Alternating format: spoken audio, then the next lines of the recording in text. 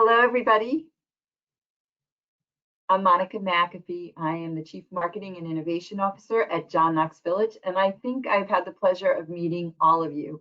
Our listeners today and viewers today are our JKV priority depositors, and I'm so excited to share some updates with you, as well as our general priority depositors.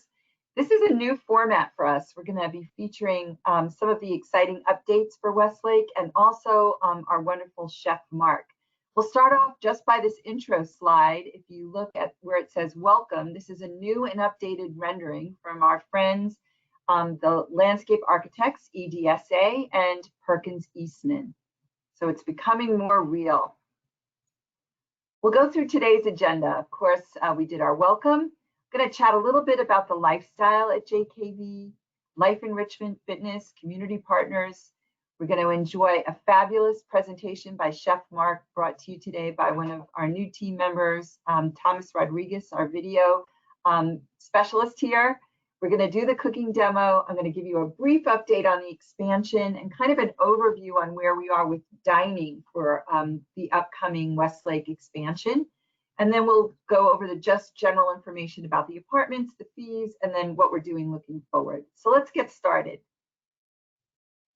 So one thing the JKV current residents know for sure is that we have an incredible lifestyle here at John Knox Village. And when we first started putting these images together, it was all these great shots of our residents enjoying life before COVID.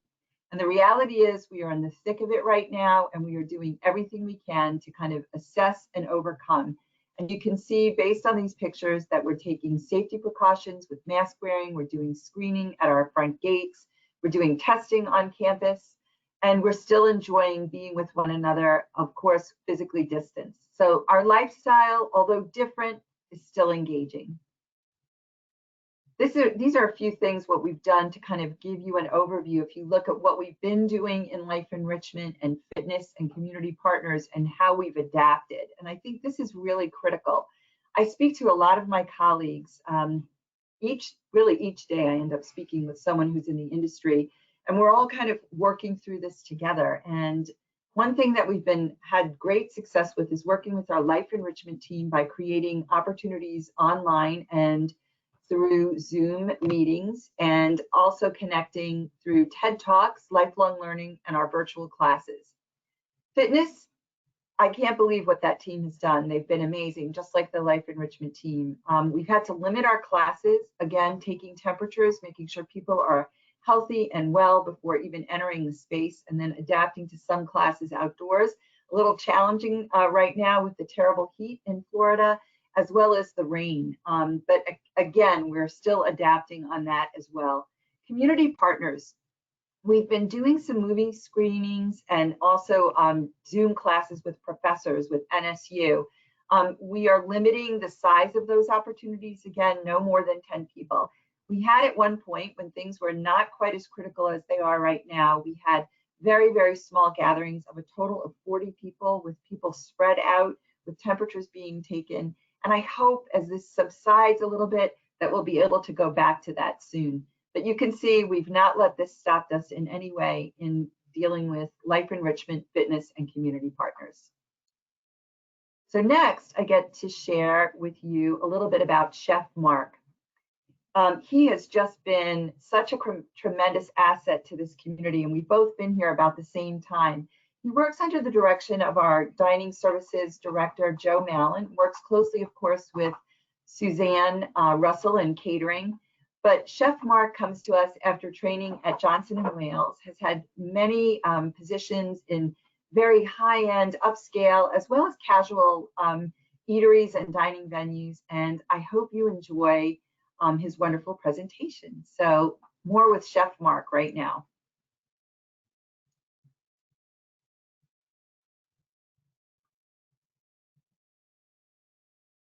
Hi, welcome to John Knox Village. Thanks for your interest in WestLake. I'm Chef Mark Galusi.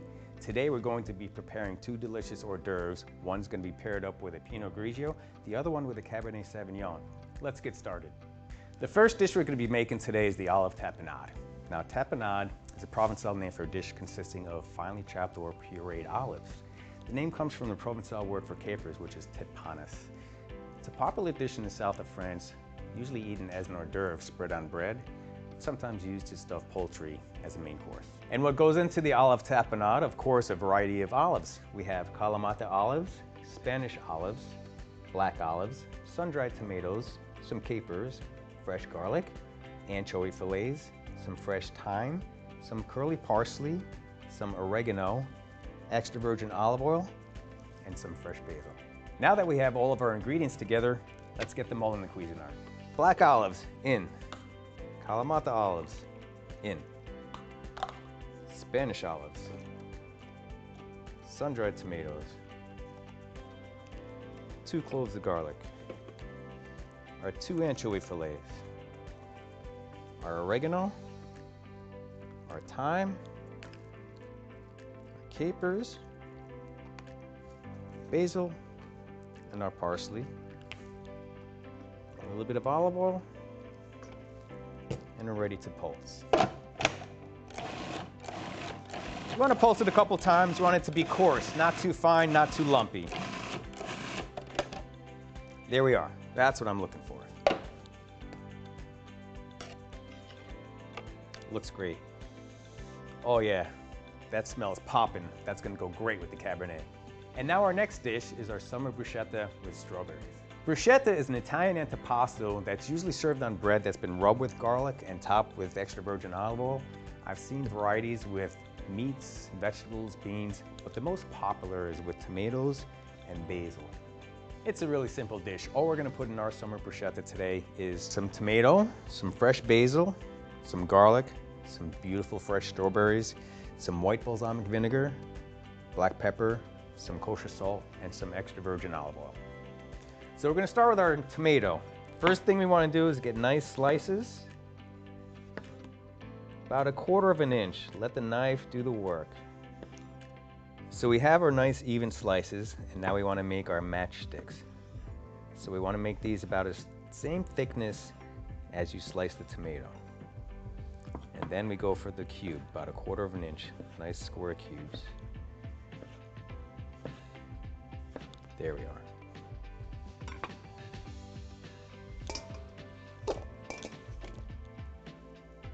And next, the strawberries. We want to do the same thing we did with the tomatoes, make our nice slices and then our matchsticks and then cut them up. So let the knife do the work. Remember, use that sawing motion. Don't just press down and crush the strawberry. Get our nice matchsticks and then we'll cut those into a nice dice.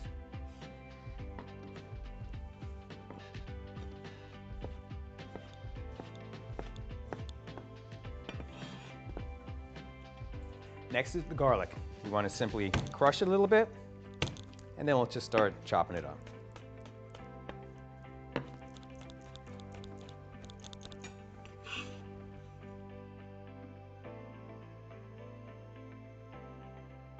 Next is our basil. We want to chiffonade, which is basically a fancy name for thin slices. Just like that.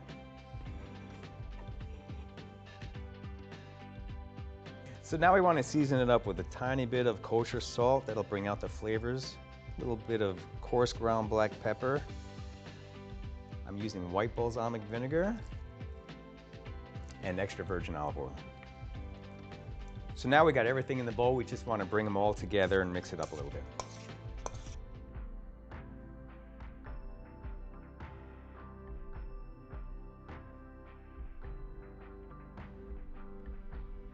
So now that our mixtures are both made, we want to assemble them. What I did is I took some French bread, sliced it, rubbed it with some garlic, spread some olive oil on there, and I baked it in the oven for about 5 to 7 minutes at 400 degrees. You want it nice and crispy, but a little bit of soft on the inside. So let's go ahead and get some of these made. So let's start with the olive tapenade first. Try to spread it evenly on the baguette so you don't have one big pile on the front and it falls all over your lap when you go to eat it. And let's do our same thing with the bruschetta. I love the colors of this dish with the green and the red. It smells so good.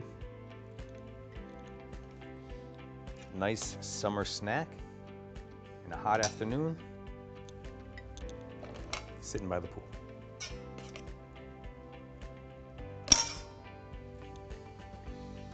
And there you have it, 2 delicious hors d'oeuvres that go great on a hot summer day. You have the sweetness from the strawberries, the acid from the tomatoes that go great with the Pinot. You have the pungentness of the olives and the capers and the sun-dried tomatoes that goes great with the Cabernet. Hope to see you on campus.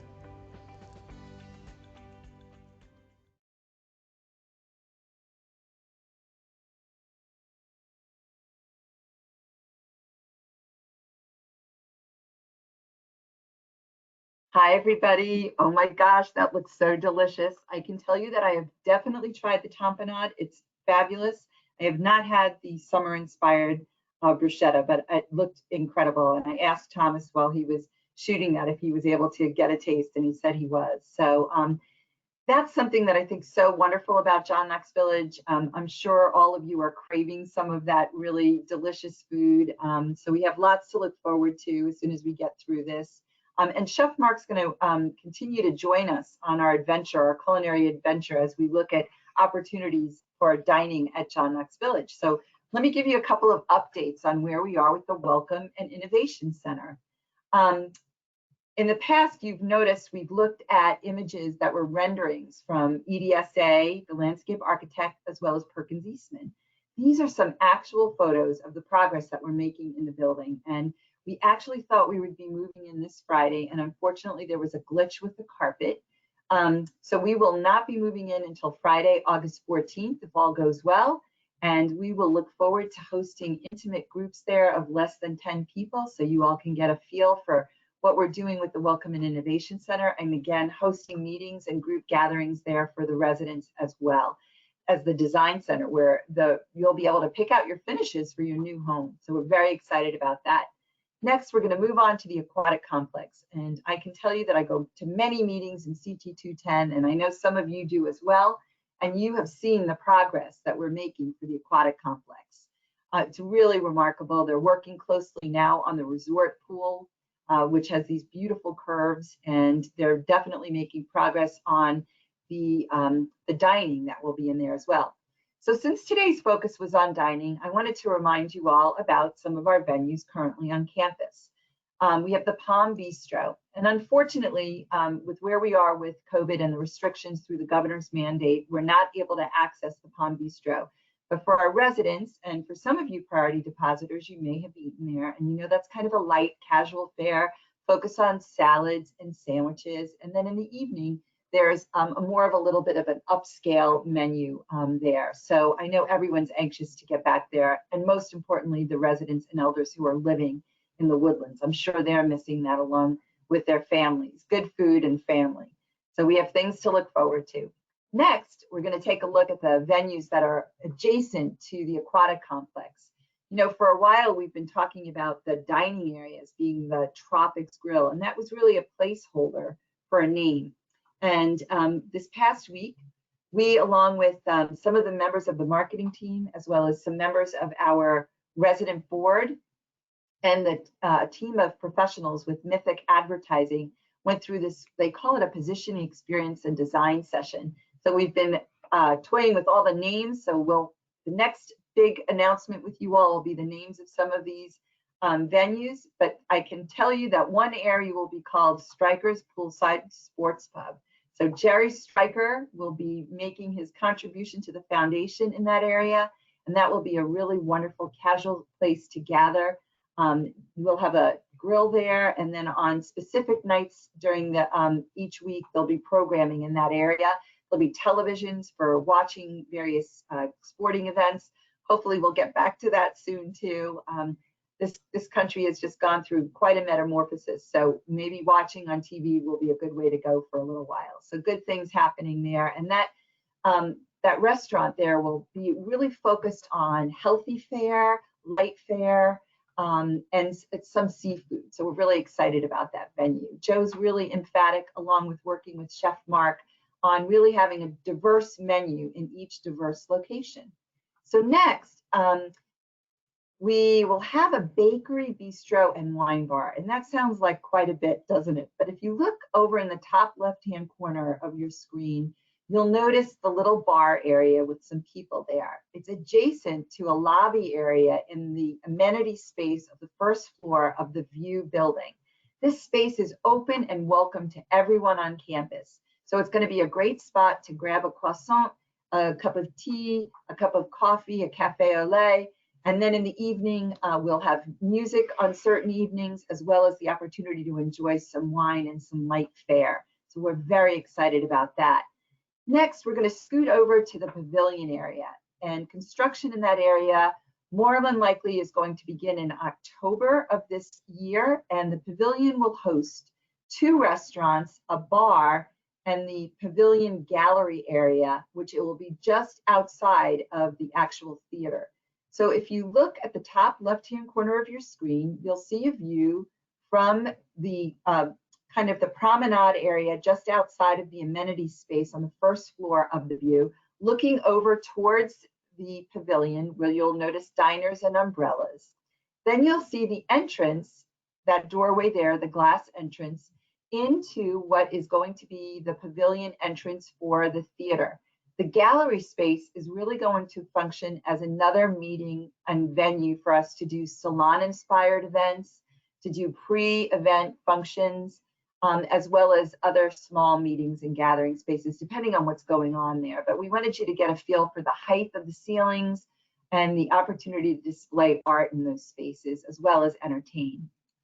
So for those of you who are familiar with South Florida, and specifically our Broward community, Pompano and Fort Lauderdale, when we went through this exercise in the naming, as well as working with the architects, you'll notice we have kind of a more casual restaurant, if you will, up to the right-hand corner. And it's kind of, if you think about shooters on the water, kind of casual, very engaging, and really interesting, eclectic array of American style type food. So we're really excited about that. We work really closely with the interior designers on that. And I want to also mention that we have a group of residents that are really involved in this experience in helping with the design. So there was a number of residents involved in that as well. So we really take into consideration seating, the height of arms, the depth of the chairs, all of those things. And then if you look to the bottom left, this is a little bit more inspired by Calouse. So it's, I love this phrase, good food, good friends, and great memories. And we all have that to look forward to. So one day very soon when we're not physically distancing. So just a reminder that, of course, we're looking at the new proposed independent living at WestLake with the 150 apartment homes. We're still working on the pricing. We're working on that with the architects, and we're working on that with our outside consultants, as well as the builders, developers, and construction. So hopefully we'll have that news for you soon as well. And now let's see, if we go to looking forward, I have some really exciting things to share with you, and it'll be in the next couple of weeks. We've been working, you know, that bird's eye view video that we've been showing you now for a couple of months. That is going to be completely and fully rendered. That means that the artists will have completely drawn all of the interiors, all of the finishes, put in all of the trees, kind of put the people in there for you to get a true sense of what it's going to be like to be in the lobby, to be in the art studio, to be able to see that little bistro and the marketplace, and to see what the homes are going to look like, as well as the views from some locations. And I know that's very important to all of you. The other thing that we're working on, and we'll have very soon as well, are rendering views from different heights of the building, from different perspectives, from direction. So looking south, looking west, looking north. So we're really excited about that. And in an effort to provide you with more education, we know for those of you who will be moving from your current homes off campus from JKV, you want to know, what do I do? How do I right size? What do I get rid of? How do I take care of my stuff? We're going to bring in an expert to help us with that. And even if you'd be moving from one of your apartment homes in your current location here on JKV, you may want to do some upsizing. So it might be interesting to see how we navigate some of that. We also know that for a lot of you, and even some of you who've been at JKV for a while, it's always good to learn more about getting your legal and financial house in order. And we're looking forward to having an expert panel talk with us about that.